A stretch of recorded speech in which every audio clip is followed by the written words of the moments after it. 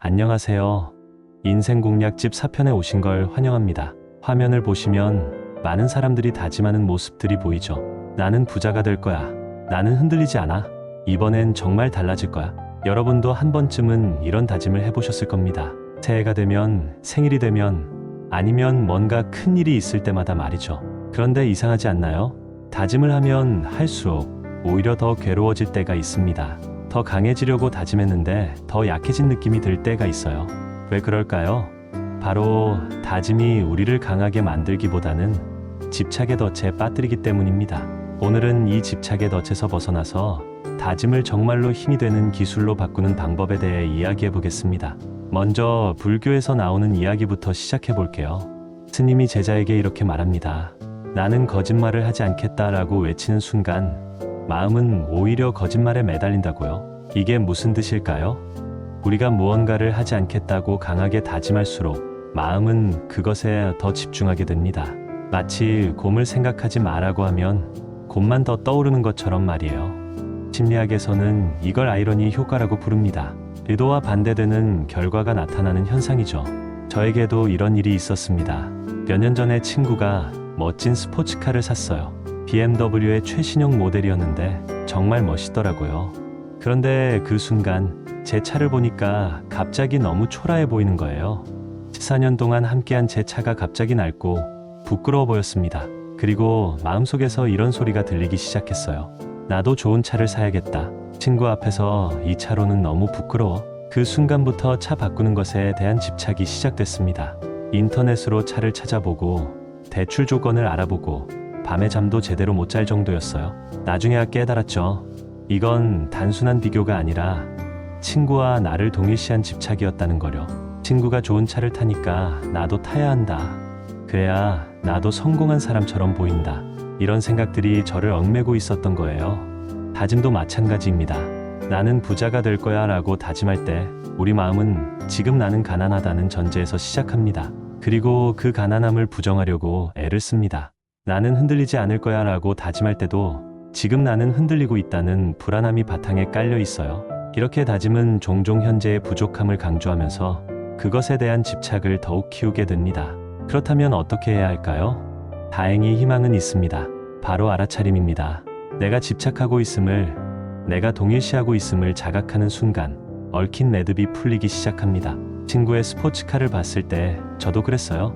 며칠 동안 차 생각에 시달리다가 문득 이런 생각이 들었습니다. 아, 내가 지금 집착하고 있구나. 친구의 차와 나를 비교하면서 괴로워하고 있구나. 그 순간 신기하게도 마음이 조금 편해졌어요. 차를 바꿔야겠다는 강박도 줄어들었고요. 이와 비슷한 일이 아들과의 대화에서도 있었습니다. 아들이 중학교에 올라가면서 학원에서 형들과 게임을 조금씩 하게 됐어요. 처음엔 재미삼아 시작했는데 점점 빠져들더라고요. 어느 날 아들이 고민을 털어놓습니다. 아빠, 자꾸 게임이 생각나서 안 하려고 해도 하게 돼요. 공부해야 하는 건 알겠는데 게임만 생각나요. 그때 저는 이렇게 말했습니다. 멈추기 어렵다면 우선 내가 지금 게임을 하고 있구나 라고 알아차려봐. 그걸 알기만 해도 다음에는 선택할 수 있어. 아들은 처음엔 그게 무슨 소용이에요? 반응했어요. 당연한 반응이죠. 하지만 며칠 지나니까 조금씩 달라지기 시작했습니다. 게임을 하면서도 내가 지금 게임하고 있네라고 의식하게 되니까 시간을 조절할 수 있게 된 거예요. 여기서 중요한 건 알아차림은 판단이 아니라는 점입니다. 게임하면 안 되는데 왜 하냐가 아니라 지금 게임하고 있구나 라는 중립적인 관찰이에요. 이 알아차림이 바로 집착의 매듭을 푸는 첫 번째 열쇠입니다. 알아차림만으로는 부족할 때가 있습니다. 그래서 저는 아들에게 한 가지 제안을 더했어요. 게임하고 난 뒤에 일기를 써봐. 그때 기분이 어땠는지, 뭘 느꼈는지 간단하게라도. 아들은 처음엔 귀찮아했지만 몇 주 계속하니까 자기 패턴을 보게 됐습니다. 아빠, 신기해요. 제가 스트레스 받을 때 게임을 더 많이 하네요. 그리고 게임하고 나면 처음엔 기분이 좋은데 나중엔 더 우울해져요. 바로 이겁니다. 기록의 힘이에요. 우리는 살아가면서 수많은 일을 경험하지만 대부분 그냥 흘려보냅니다. 하지만 기록을 하면 보이지 않던 패턴들이 보이기 시작해요. 언제 내가 화가 나는지, 언제 내가 불안해지는지, 언제 내가 집착에 빠지는지 이런 패턴들이 명확해집니다. 저 같은 경우에도 친구의 스포츠카를 보고 난 뒤에 그 경험을 노트에 적었어요. 친구의 새 차를 보고 내 차가 부끄러워졌다. 갑자기 차를 바꾸고 싶어졌다. 이건 비교 때문인 것 같다. 실제로 내 차에는 문제가 없는데 상대적으로 초라해 보일 뿐이다. 이렇게 적고 나니까 내가 무엇에 반응하고 있는지가 명확해졌어요. 기록은 단순한 메모가 아닙니다. 자기 관찰의 도구예요. 다니엘 카너먼이 생각에 관한 생각에서 말했듯이 우리의 기분은 직관에 큰 영향을 미칩니다. 기분이 좋을 때는 더 창의적이고 유연해지지만 경계심이 줄어들어서 잘 속기도 해요. 반대로 기분이 나쁠 때는 더 비판적이고 신중해지지만 시야가 좁아져서 새로운 가능성을 놓치기 쉽습니다.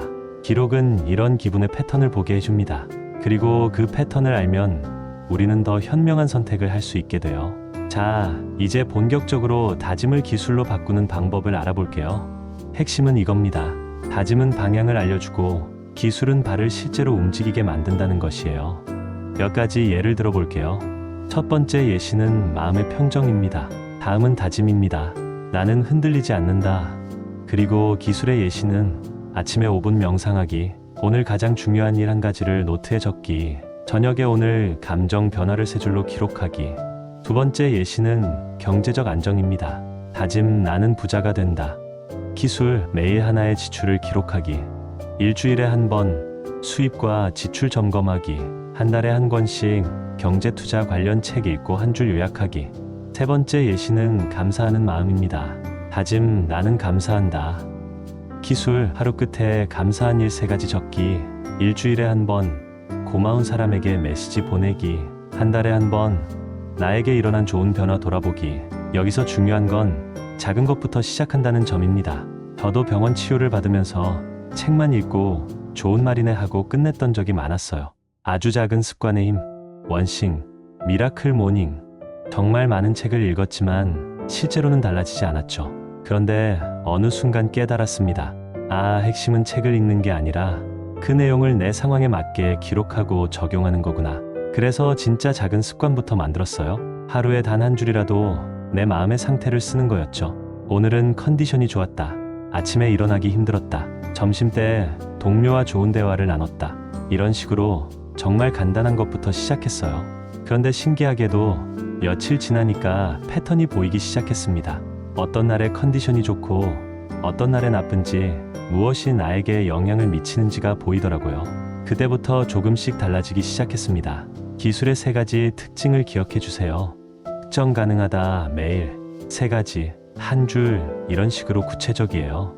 작게 시작한다, 처음부터 완벽하게 하려고 하지 않아요. 기록한다, 했는지 안 했는지, 어땠는지를 적어둬요. 이게 바로 다짐을 기술로 바꾸는 핵심입니다. 이제 좀 더 고급 기술을 알려드릴게요. 바로 기분을 활용한 기록 시스템입니다. 아까 카너먼의 이야기를 했죠? 기분이 직관에 영향을 미친다고 했는데 이걸 역으로 활용할 수 있어요. 긍정적인 기분을 의도적으로 만들어서 창의적인 직감을 키우는 거예요. 구체적인 방법은 이렇습니다. 첫째, 긍정일기 쓰기. 매일 밤 오늘 잘된 일 3가지를 적어보세요. 아무리 작은 것이라도 괜찮아요. 버스를 놓치지 않았다. 맛있는 커피를 마셨다. 동료가 고맙다고 했다. 이런 것들이요. 둘째, 성공일기 쓰기. 일주일에 한 번 이번 주에 내가 해낸 일들을 적어보세요. 역시 아무리 작은 것이라도 좋아요. 계획했던 책을 3페이지 읽었다. 운동을 한 번 했다. 친구에게 안부 인사를 했다. 이런 것들이요. 세 번째, 과거 기록 다시 읽기. 한 달에 한 번 지난 긍정일기와 성공일기를 다시 읽어보세요. 그러면 내가 생각보다 많은 걸 해냈구나 라는 느낌이 들 거예요. 이렇게 하면 기분, 직관, 창의성의 연결고리가 만들어집니다. 기분이 좋아지면 직관이 확장되고, 직관이 확장되면 새로운 아이디어가 떠오르죠. 그리고 그 아이디어들이 실제 행동으로 이어지게 돼요.